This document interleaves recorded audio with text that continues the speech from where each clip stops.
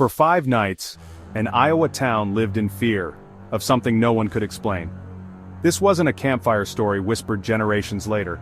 It wasn't rumor passed between kids in the dark. It was 1903, a year of horse-drawn wagons, oil lamps, and small-town life. A time when Van Meter, Iowa had no reason to make headlines, until one September night when the townsfolk swore something impossible arrived. A creature, not just strange, terrifying. Let's walk through this week of fear, day by day. Because if the Van Meter visitor was real, it may be the strangest cryptid encounter in American history. It all began with U.G. Griffith, a respected local banker. Late at night, walking home from work, Griffith noticed something perched on a rooftop. At first he thought it was a man, but then it moved.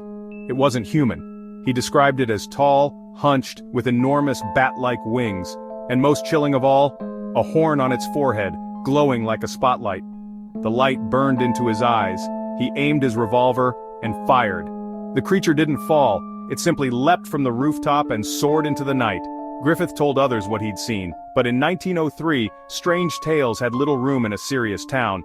He was dismissed, until the following night. Dr. Alcott was a well-respected physician, hard-working, sober, trusted, the kind of man you'd believe before anyone else.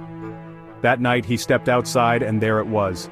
The same horned creature, its wings unfurled, massive against the dark sky. Its light shone directly into his face, forcing him to shield his eyes. Terrified but determined, he fired 5 shots. All hit their mark. None had any effect. The creature turned, glared at him with glowing red eyes, and vanished into the night. By now, 2 upstanding men swore they'd seen it. Doubt turned into whispers. Whispers turned into fear. On the 3rd night, local businessman O.V. White woke to strange noises outside. He saw the same winged creature, perched high like a gargoyle. Its light beam swept across the rooftops like a living searchlight. He too fired his weapon, and like before, the bullets did nothing. The monster barely flinched. By now the story had spread. Too many witnesses. Too much consistency in their descriptions. Pale body, bat wings, blinding light, bullets bouncing off like raindrops. Van Meter was no longer skeptical, it was afraid. By the 4th night, panic had set in. Dozens of townsfolk armed themselves with rifles and revolvers. They weren't waiting for it to strike again, they wanted to corner it, and they got their chance. The creature appeared, its horn blazing. Gunfire exploded through the streets, shots echoed, sparks lit the night, but it didn't go down. It took flight, circling the town as if mocking the men below. Then, with a shriek no one would ever forget, it turned and flew south, toward the mines. The last night would be the most terrifying. The armed townsfolk tracked the monster to the entrance of an abandoned coal mine.